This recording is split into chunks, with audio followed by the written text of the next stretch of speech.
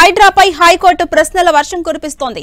ఆదివారాలు సూర్యాస్తమయం తర్వాత ఎందుకు కూల్చివేతలు చేపడుతున్నారని హైడ్రా కమిషనర్ రంగనాథ్ అమీన్పూర్ తహసీల్దార్పై హైకోర్టు ఆగ్రహాన్ని వ్యక్తం చేసింది.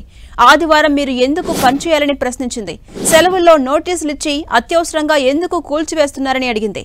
శని ఆదివారాల్లో కూల్చేయొద్దని గతంలో కోర్టు తీర్పులున్నాయని గుర్తు చేసింది కోర్టు తీర్పుల విషయం కూడా తెలియదా అని తహసీల్దార్ను కోర్టు ప్రశ్నించింది. అసలు చట్టం చెప్పేదేంటి, మీరు చేస్తుందేంటి అంటూ హైకోర్టు సీరియస్ అయింది. హైడ్రా చట్టబద్దమేంటో తెలపాలని కమిషనర్కు మరోసారి హైకోర్టు ఆదేశాలు జారీ చేసింది. నిర్మాణాలను కూల్చడానికి హైడ్రాకున్న అర్హత ఏంటో తెలపాలని ఆగ్రహాన్ని వ్యక్తం చేసింది కోర్టు. కేవలం కూల్చివేతలపై దృష్టి పెట్టారని, నోటీసులు ఇవ్వాలనే నిబంధనలను పట్టించుకోవట్లేదని తెలిపింది. ఓవర్ నైట్ సిటీని మారిపోతుందని అనుకుంటున్నారా అని హైడ్రాను కోర్టు ప్రశ్నించింది. ఇక హైకోర్టు విచారణకు కమిషనర్ రంగనాథ్ వర్చువల్ గా హాజరయ్యారు. అమీన్పూర్ తహసీల్దార్ కోర్టులో హాజరై వివరణ ఇచ్చారు. మరోవైపు ఖాళీ చేయనంత మాత్రాన అత్యవసరంగా కూల్చాల్సిన అవసరం ఏముందని ప్రశ్నించింది. పై అధికారులను మెప్పించేందుకు చట్ట విరుద్ధంగా పనిచేయొద్దని తెలిపింది కోర్టు. అధికారులు చట్ట వ్యతిరేకంగా పనిచేస్తే ఇంటికెళ్తారు, జాగ్రత్త అంటూ హెచ్చరించింది హైకోర్టు.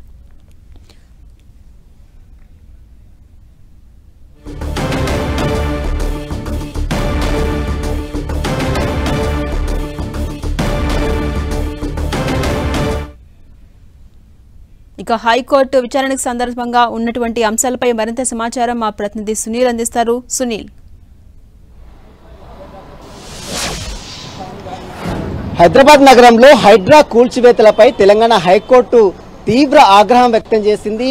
ఈరోజు నేరుగా అటు తహసీల్దార్ అమీన్పూర్ తహసీల్దారు నేరుగా కోర్టుకు హాజరైతే, మరోవైపు హైడ్రా కమిషనర్ రంగనాథ్ సైతము వర్చువల్ గా కోర్టుకు హాజరు కావడం జరిగింది.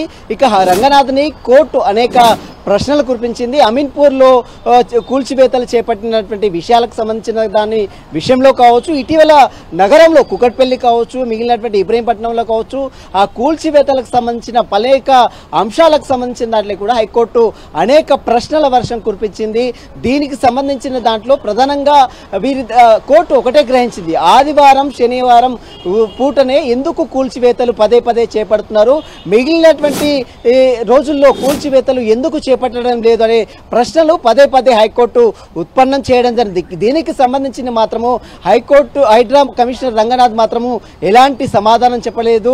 కేవలం తహసీల్దార్ కావచ్చు, కలెక్టర్ కావచ్చు ఇచ్చినటువంటి ఈ విషయాలకు సంబంధించి దాంట్లో తాము కూల్చివేతలు చేపడుతున్నాం, తాము పరికరాలని కూల్చివేతలకు సంబంధించినటువంటి పరికరాలను అరేంజ్ చేశామని మాత్రము కోర్టుకు కొంత వివరణ ఇచ్చే ప్రయత్నం చేశాడు. కానీ కోర్టు మాత్రం తీవ్రంగా అసహనం వ్యక్తం చేసింది.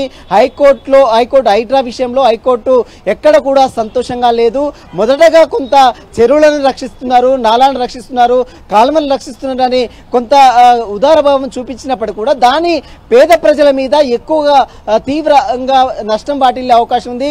పేద ప్రజలు, మధ్యతరగతి ప్రజలు, మరోవైపు ఉన్నతమైనటువంటి ప్రజలకు చూపిస్తున్నటువంటి వ్యత్యాసాలకు సంబంధించిన విషయంలో కూడా హైకోర్టు హైడ్రా తీరుపై తీవ్ర ఆగ్రహం కూడా వ్యక్తం చేసింది. మొత్తం మీద ఈరోజు ఈ విధంగానే కూల్చివేతలు చేపడితే మాత్రం ఖచ్చితంగా జీవో తెలంగాణ రాష్ట్ర ప్రభుత్వం విడుదల చేసినటువంటి హైడ్రా కమిషన్ కోసం విడుదల చేసినటువంటి జీవో నెంబర్ MS 99 పై స్టే ఇవ్వాల్సి వస్తుందంటే ఆగ్రహం కూడా హైకోర్టు వ్యక్తం చేయడం జరిగింది. మొత్తం మీద హైకోర్టు హాజరైనటువంటి హైడ్రా కమిషన్ కూడా అనేక ప్రశ్నలు కూడా కురిపించింది. మొత్తం ఆదివారం పూట ఏ విధంగా మీరు కూల్చివేతలు చేపడుతున్నారు, దీనికి సంబంధించిన విధి విధానాలు ఏంటి, హైడ్రా కమిషన్ అసలు ఎందుకు రూపొందించారు, అసలు హైడ్రా కమిషన్కు చట్టబద్ధత ఉందా లేదా, వీటి అన్నిటి అంశాలకు సంబంధించిన దాంట్లో పూర్తి వివరణ ఇవ్వాలంటూ కూడా, పూర్తి కౌంటర్ దాఖలు చేయాలంటూ కూడా హైడ్రా కమిషనర్ రంగనాథ్తో పాటు అమీన్పూర్ భవనాల కూల్చివేతలకు సంబంధించిన విషయంలో కూడా అటు అమీన్పూర్ తహసీల్దారు కౌంటర్ దాఖలు చేసి పూర్తి వివరాలు సమర్పించాలంటూ కూడా హైకోర్టు ఆదేశాలు జారీ చేసింది.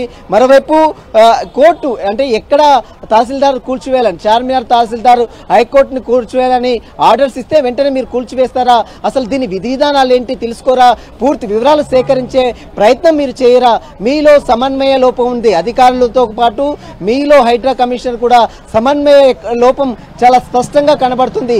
అధికారులతో సమన్వయ లోపం ఎందుకు లోపిస్తుంది, వీటికి సంబంధించిన అన్ని వివరాలు సేకరించాలంటే అవసరం హైడ్రా కమిషన్ కు లేదా అనే ప్రశ్నలు కూడా అడిగినటువంటి ప్రశ్న హైకోర్టు అడిగింది. మరోవైపు తహసీల్దార్ అమీన్పూర్ తహసీల్దారు మీరు ఎందుకు ఆర్డర్స్ ఇస్తున్నారు, ఎందుకు కూల్చివేతలు చేపడుతున్నారు, మిమ్మల్ని చెంచల్గూడ జైలుకి చెర్లపల్లి జైలుకి పంపిస్తే మీకు తెలుస్తుందనే అభిప్రాయాన్ని కూడా హైకోర్టు వ్యక్తం చేయడం జరిగింది. దీనిపై కొంత సీరియస్ కూడా వ్యాఖ్యలు చేస్తున్నటువంటి తీరు కూడా మనం చూసాం. మరి చూడాలి, ఈరోజు కౌంటర్ దాఖలు చేయాలి ఈ హైడ్రా కూల్చివేతలకు సంబంధించిన దాని విషయంలో.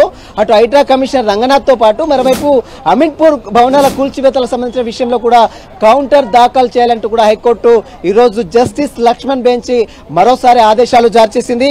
ఇక మరోవైపు హైడ్రా కమిషన్ సంబంధించిన పొలిటికల్ లీడర్స్ సంబంధించిన ఇన్ఫ్లుయెన్స్ తో మీరు కూల్చివేతలు చేపట్టడం సరైనటువంటి పద్ధతి కాదు, పేద ప్రజల గూడు పోతుంది కాబట్టి వాటన్నిటి కూడా వివరాలు సేకరించి వాటిపై నిర్ణయాలు తీసుకోవాల్సినటువంటి అవసరం ప్రభుత్వానికి మరోవైపు హైడ్రా కమిషన్ కి ఉందంటూ కూడా హైకోర్టు వ్యాఖ్యానించింది. జాన్సన్ అలాగే సునీల్, మనం చూస్తే గతంలో అనేక ఆరోపణలు కూడా వచ్చాయి. ఆదివారం శనివారం ఆ రోజులు మాత్రమే కూల్చివేతలకు ఒక డేస్ ను ఫిక్స్ చేసుకొని అప్పటికప్పుడు నోటీసులు చేసి వెంటనే కూల్చివేతలకు దిగుతున్నారనే ఆరోపణలు అటు ప్రతిపక్ష నేతల నుంచి కావచ్చు అనేక రకాలుగా ఆరోపణలు అయితే వచ్చాయి. ఇప్పుడు కోర్టు కూడా అదే అంశాన్ని ఫోకస్ చేసింది. దీనిపై ఎలాంటి వివరణ ఇచ్చే ఛాన్స్ ఉంది అటు రంగనాథ్ కావచ్చు ఇటు తహసీల్దార్ కావచ్చు? కోర్టు కూడా పదే పదే ప్రశ్నల వర్షం కురిపించింది. ఆదివారం శనివారం కోర్టు సెలవు దినాల్లో మాత్రమే ఎందుకు కూల్చివేతలు చేపడుతున్నారు. మనం గతంలో నాగార్జున ఎన్ కన్వెన్షన్స్ సంబంధించిన కూల్చివేతల విషయంలో కూడా నాగార్జున వెంటనే హైకోర్టులో పిటిషన్ దాఖలు చేశారు. కానీ హైకోర్టు సెలవు ఉన్న నేపథ్యంలో హౌస్ మోషన్ వేశాడు. హైకోర్టు హౌస్ మోషన్ పిటిషన్ దాఖలు చేశారు. కానీ ఆ సాయంత్రం వరకు ఆర్డర్ వచ్చింది. అప్పటికే కూల్చివేతలు మొత్తం కూడా పూర్తిగా కంప్లీట్ అయిన దృశ్యాలు కూడా మనం చూసాం. కానీ హైకోర్టు ఒకటే చెప్తుంది, ఆదివారం మాత్రమే ఎందుకు కూల్చివేతలు చేపడుతున్నారనే ప్రశ్నలు కూడా పదే పదే వేసింది. మరోవైపు ఇప్పటికే తెలంగాణ రాష్ట్ర అంటే నగరంలో దాదాపు 2500 చెరువులు ఉంటే వాటిని ఏ విధంగా పరిరక్షిస్తున్నారు, చాలా చెరువుల్లో ఇప్పటికే వందలాది సంవత్సరాలు వేలాది సంవత్సరాలుగా అనేక మంది జీవిస్తున్నారు. ఇప్పుడు వాటిని కూల్చివేస్తాం. అటు ఆర్డీఓ కావచ్చు, తహసీల్దార్ కావచ్చు, లోకల్ గా ఉన్నటువంటి ఎంఆర్ వీళ్ళందరూ అనుమతులు ఇచ్చి ఎన్ఓసి ఇచ్చినప్పుడు కూడా ఇప్పుడు కొత్తగా ఏర్పాటైన 5 సంవత్సరాల నుంచి అక్కడే నివాసం ఏర్పాటు చేసుకుని ఉంటున్నటువంటి వారిని ఏ విధంగా కూల్చివేస్తున్నారు, వారిపై క్రిమినల్ కేసులు పెడుతున్నాం అని చెప్తున్నారు. కానీ అప్పుడు అనుమతులు ఇచ్చి ఇప్పుడు కూల్చివేస్తాము, వారిపై కేసులు పెడతామంటే ఇది అసలు చట్టబద్ధత కానే కాదంటూ కూడా హైకోర్టు ఈరోజు మరొకసారి వ్యాఖ్యానించింది.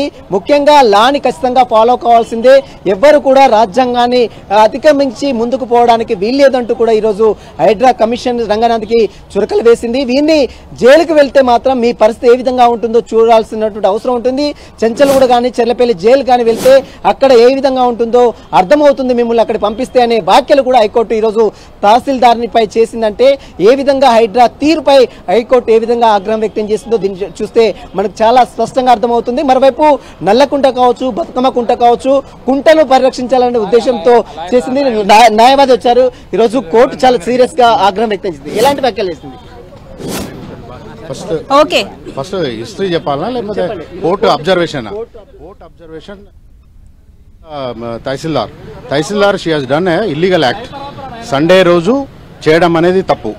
Without proper notice land encroachment act కింద